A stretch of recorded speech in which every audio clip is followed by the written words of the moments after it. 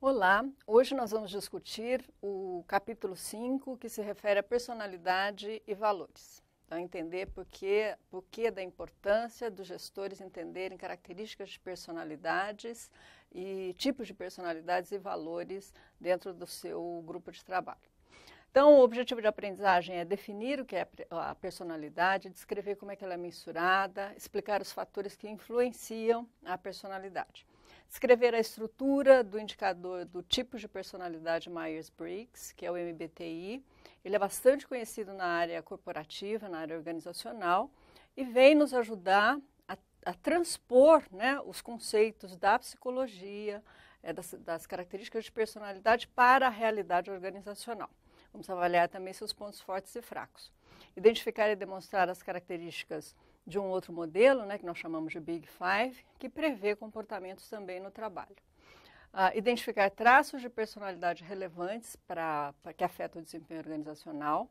Definição de valores, o que são valores, demonstrar a importância que os valores têm para o indivíduo e a sua influência no modo, na atitude, na satisfação dos funcionários, e contrastar valores terminais e instrumentais. Vamos comparar também as diferenças de gerações em relação a valores. Vamos identificar quais os valores dominantes na força de trabalho atual. E identificar as 5 dimensões de Hofstede para os valores de uma cultura nacional, né? Isso é bastante interessante, uma vez que quando nós trabalhamos num mundo mais globalizado, com diferentes pessoas de diferentes países, nós temos contato com pessoas que têm valores, né, culturais diferentes, um pouco diferentes dos nossos, e isso pode afetar o desempenho e a interação no ambiente de trabalho.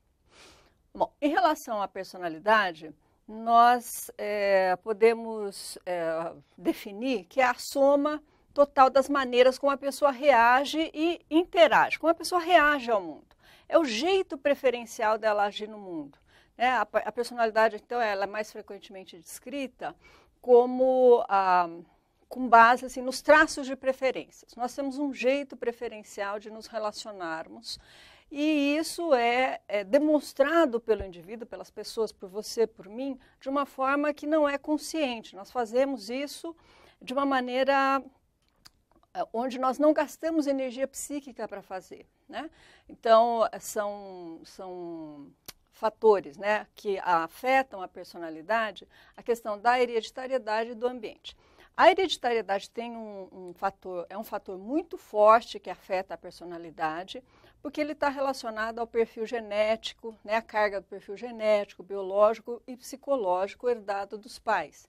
Então, muitas pesquisas são feitas com gêmeos idênticos, separados logo ao nascer, e verifica-se, né, que esses gêmeos, em lugares e ambientes diferentes, eles apresentam similaridades em relação às preferências e à maneira de interagir com o mundo. O ambiente tem é um fator que pode interferir, mas ele interfere menos.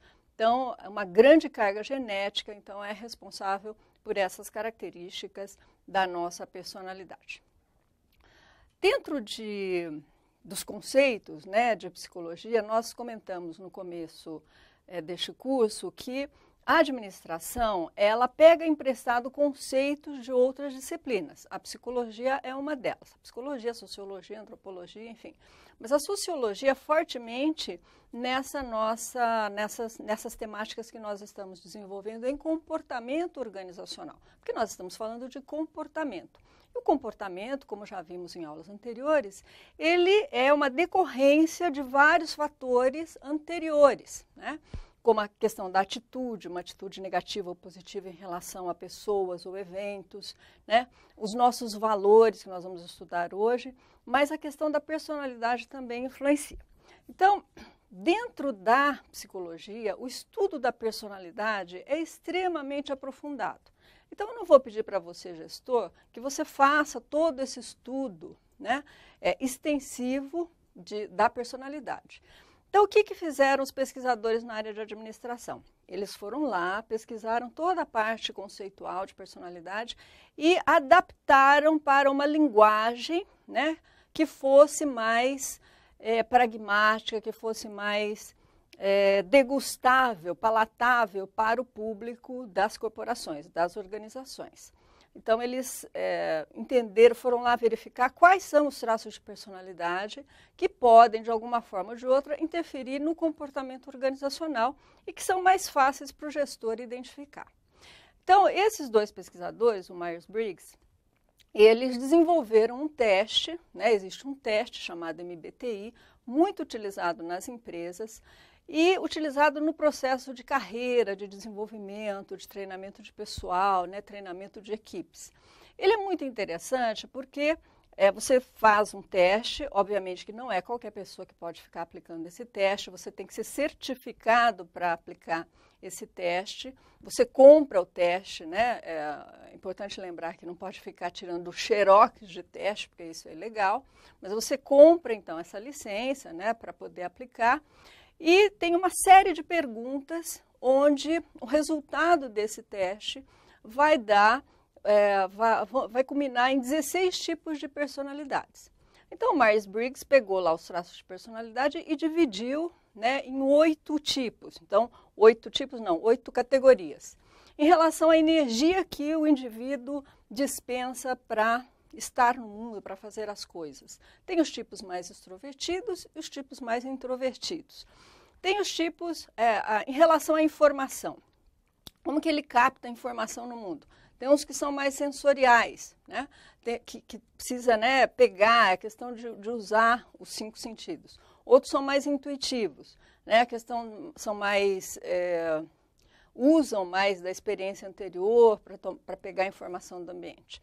Em relação à tomada de decisão, tem indivíduos que são mais racionais, né? Eles pensam mais, eles analisam de forma mais analítica as situações.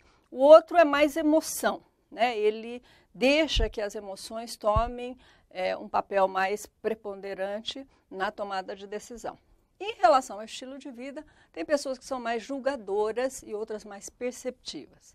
Então, os traços de personalidade, eles são características mais duradouras, né? Que, na medida que você vai convivendo com uma pessoa, você acaba identificando e descrevendo como é que é o comportamento dessa pessoa. Por quê? Porque a forma como ela interage no mundo, se é mais extrovertida, se é mais introvertido, se é mais intuitivo, se é mais emocional ou racional, você vai captando isso ao longo da sua convivência. Então, nós percebemos pela literatura que o Myers-Briggs, então, eles fazem uma combinação de 16 tipos de personalidades, e eu dou aqui um exemplo do ENTP, que seria extrovertido, intuitivo, racional e perceptivo, né? É um indivíduo, né, que tem uma característica idealizador, é inovador, é individualista, versátil e atraído por ideias empreendedoras. É importante notar que o NT, os intuitivos e os racionais, eles são minoria, né, dentro das pesquisas que ocorrem nessa área, dentro da população, mas são pessoas, ENTP especialmente, são pessoas relacionadas, né, como as pesquisas mostram, com grandes empreendedores, com gestores de grandes empresas. Em relação ao modelo Big Five, esse é uma outra tentativa, né? Porque uma vez que o Myers-Briggs ele coloca lá os tipos, né, psicológicos, extrovertido ou introvertido, os teóricos começaram a dizer que é muito restritivo. Ou você é extrovertido ou você é introvertido. Então, começaram, obviamente, a ver as limitações dessa abordagem, né? Não é totalmente inválida, como eu comentei, muitas empresas utilizam esse teste, porque é uma forma prática do gestor e do indivíduo conhecer-se a si mesmo nos processos de treinamento e desenvolvimento da empresa, mas ficava um pouco engessado. Quer dizer, você não é totalmente extrovertido em todas as situações ou totalmente introvertido em todas as situações. Então, tem que haver aí um meio termo, enfim. Então, surge o modelo Big Five, outros teóricos vieram e desenvolveram o modelo Big Five de personalidade, que são 5 grandes características, né, de personalidade, 5 dimensões que fundamentam as variações, então, mais significativas na personalidade. Ele vem complementar o modelo Myers-Briggs que nós vimos anteriormente. Então, vamos passar um pouquinho essas 5 características. Os fatores, né, as características do Big Five, se relacionam à estabilidade emocional, extroversão, abertura para experiências, amabilidade e conscienciosidade. A estabilidade emocional é importante por quê? Porque ela está relacionada com pessoas que têm emoções mais controladas. São pessoas que conseguem trabalhar sob estresse, né? Conseguem ter uma vigilância sobre os seus comportamentos, conseguem ser estáveis emocionalmente. Não tem aquelas explosões, enfim, que isso não é adequado no ambiente de trabalho. Então, afeta o quê? Maior satisfação pessoal no trabalho, ela se sente empoderada, né? Em controle de mostrar ou não seus sentimentos e consegue controlar os níveis de estresse de uma maneira adequada. Os extrovertidos, a extroversão, são pessoas que têm maior habilidade interpessoal, né? Têm uma dominância social, são aquelas pessoas que falam mais nas reuniões, se colocam mais, sempre tem alguma opinião a colocar, né? Tem maior expressão emocional também. Afeta, então, ela pode ser considerada uma pessoa que tem um desempenho melhor, porque na medida em que ela consegue se expressar melhor em reuniões, né, em equipes de trabalho, tem um potencial de liderança, porque um líder, ele deve ter essa habilidade de se expressar bem nos grupos, né, porque ele tem que colocar as diretrizes, as metas, enfim, os objetivos onde quer chegar. E tem uma pessoa extrovertida, na nossa sociedade especialmente, ela se sente mais satisfeita com o trabalho porque nós valorizamos muito essas pessoas mais extrovertidas. Não que os introvertidos não sejam pessoas extremamente valorosas, são pessoas diferentes dos extrovertidos. E é importante para você, gestor, entender que o equilíbrio entre os dois também é importante. Abertura para experiências. Pessoas que têm abertura para experiências são pessoas que têm uma predisposição a se expor a experiências novas, né, que aumenta com isso o seu nível de aprendizagem, são mais abertas a projetos mais desafiadores e têm maior flexibilidade e autonomia. Afeta, então, tem um desempenho melhor no treinamento, na medida em que, quando eu faço processo de treinamento e desenvolvimento na empresa, eu preciso que as pessoas, que os colaboradores tenham essa disposição e essa abertura para experiências novas, para aprender novas coisas. O processo de aprendizado, ele decorre muito dessa disposição ao novo. E mesmo assim, tem pessoas que, isso parece óbvio, mas tem pessoas que chegam e falam, mas eu já sei isso. Você nunca sabe tudo. Porque se soubesse tudo, não tinha porque está ali, né? Então, eu acho que eu acredito que o processo de aprendizagem ele é muito mais valoroso, né, quando você se dispõe a aprender. Se você acha que já sabe tudo daquele conceito, se você aproveitar 5% daquilo tudo que a pessoa está falando, alguma coisa você estará aprendendo. Então, essa abertura para a experiência é o primeiro passo para que a gente melhore o nível de conhecimento, de aprendizagem que nós temos por toda a vida. Amabilidade. São pessoas, então, que são queridas, né, que gostam de se sentir queridas pelo ambiente mesmo. São pouco contestadoras, né, são mais conformadas, enfim, mas elas criam um ambiente de confiança, enfim, menos conflituoso. Tem melhor desempenho, porque trabalham de acordo com normas, enfim. Tem menor nível de desvio de comportamento, né, então isso é importante para o comportamento organizacional. E as pessoas conscienciosas, né? A conscienciosidade, ela está relacionada a características de pessoas que envolvem grande empenho, né? Grande persistência para seguir em relação ao alcance das metas. Tem muita energia, tem muita disciplina, são super organizados, planejam bem, controladores, né? Vão lá e checam. Então, é uma pessoa bacana para se trabalhar, que ela tem alto nível de responsabilidade. Então, tem melhor desempenho, uma liderança tem um potencial de liderança muito grande e tem maior longevidade, porque na medida que você é consciencioso com as responsabilidades no trabalho, imagina-se que você também seja para com a qualidade de vida, com a sua saúde, enfim, pessoal.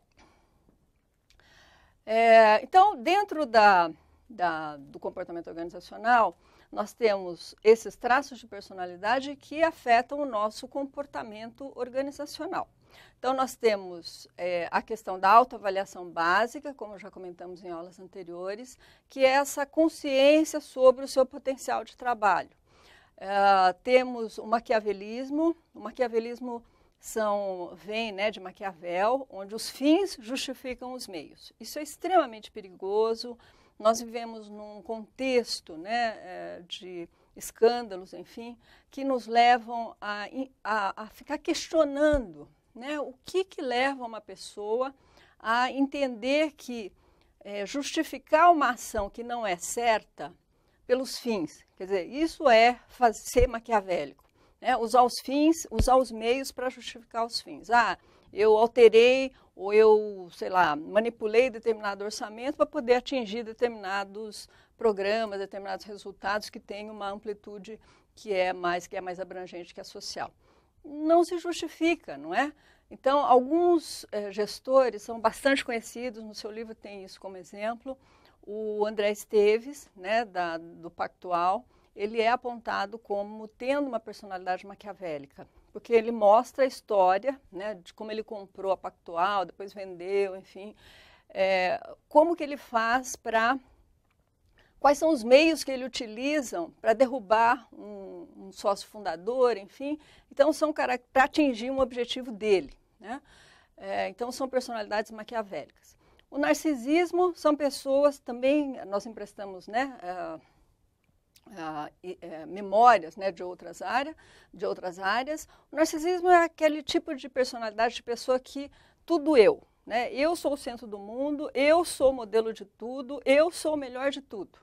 Então, são pessoas que têm um alto grau de necessidade de se fazer presente, né, se fazer notada, e sendo modelo, e tendo feedback positivo daquele tipo de atuação no mundo.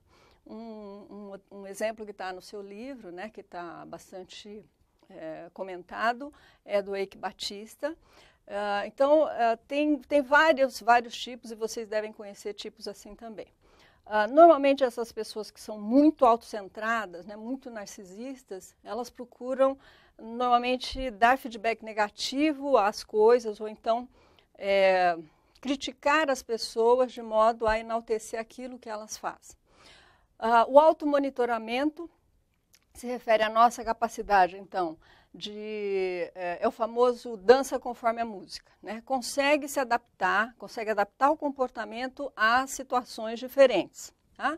Então, é importante que no mundo de negócios você saiba, né, monitorar os ambientes, monitorar as situações para ter um comportamento mais adequado e um desempenho mais adequado, especialmente na posição de gestor. Pessoas que são avessas ao risco, né? Pessoas que têm pouca aversão a risco, normalmente são pessoas que estão muito bem no mercado financeiro, né? Trabalham muito bem com o mercado de ações, enfim, mas tem pessoas que são bastante avessas ao risco.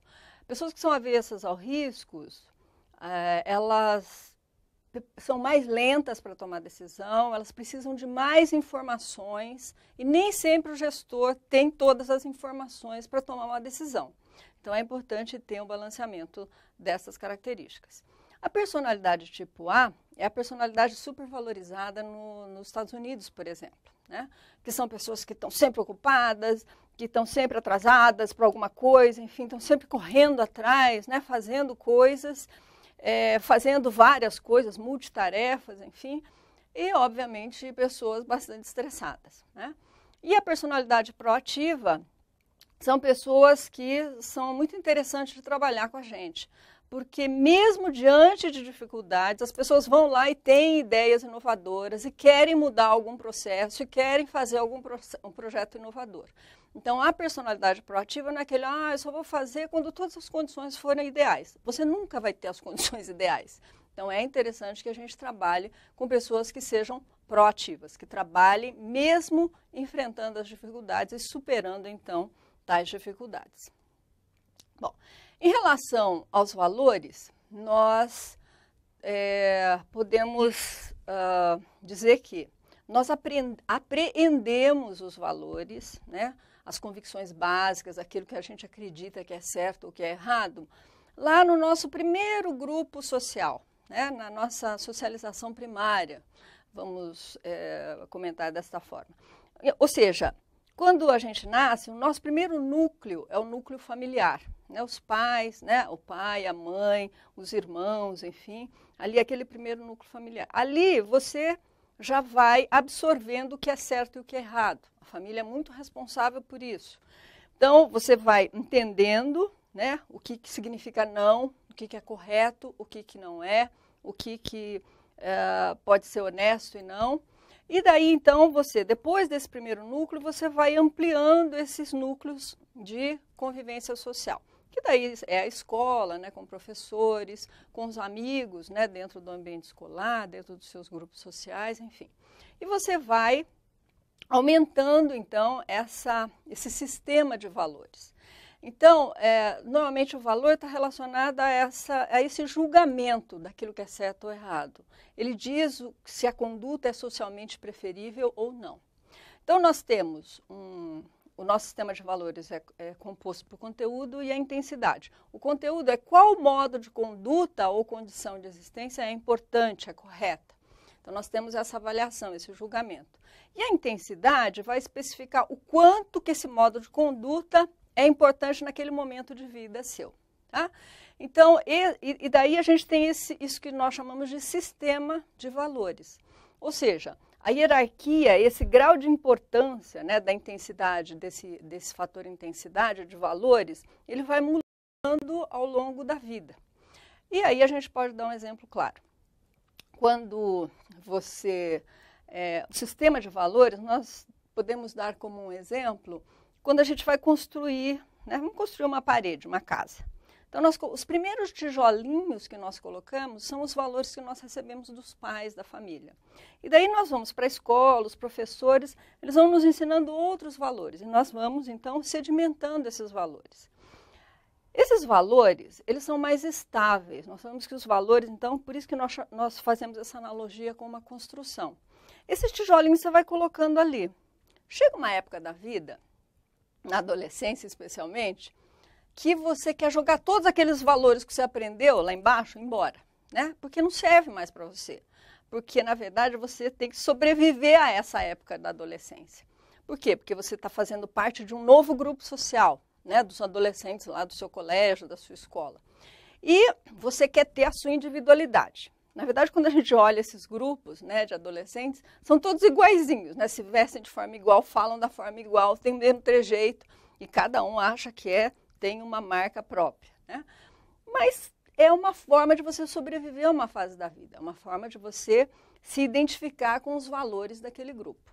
E daí, essa época, meu amigo, parece que tudo que seu pai ensinou e sua mãe ensinou, está tudo errado. Então, você deixa aqueles valores um pouco usados, né? Eles não vêm à sua memória, né? Eles não te afetam tão mais fortemente. E daí é uma época de bastante conflito e tudo mais. Só que esses valores não foram embora. Eles continuam lá. E um dia mais tarde, você, quem sabe depois de casado, já com mais compromissos, com filhos, né, com problemas na família, enfim, você se pega fazendo alguma coisa que reflete valores que você aprendeu com seus pais. Então, isso começa, assim, outra fase da vida, né, que exige um modo de conduta diferente daquele que você tinha na adolescência. E que você resgata valores fundamentais que foram passados para você quando criança, né? Então, é muito interessante essa questão dos valores, porque eles estão com a gente, eles refletem, né? Eles são a base da nossa disposição em relação ao mundo. Aquilo que a gente acha que é correto, aquilo que a gente acha que é errado, a forma como nós nos colocamos diante das situações. Nós vamos dar uma paradinha nesse módulo e iniciaremos na sequência com mais uma parte da aula.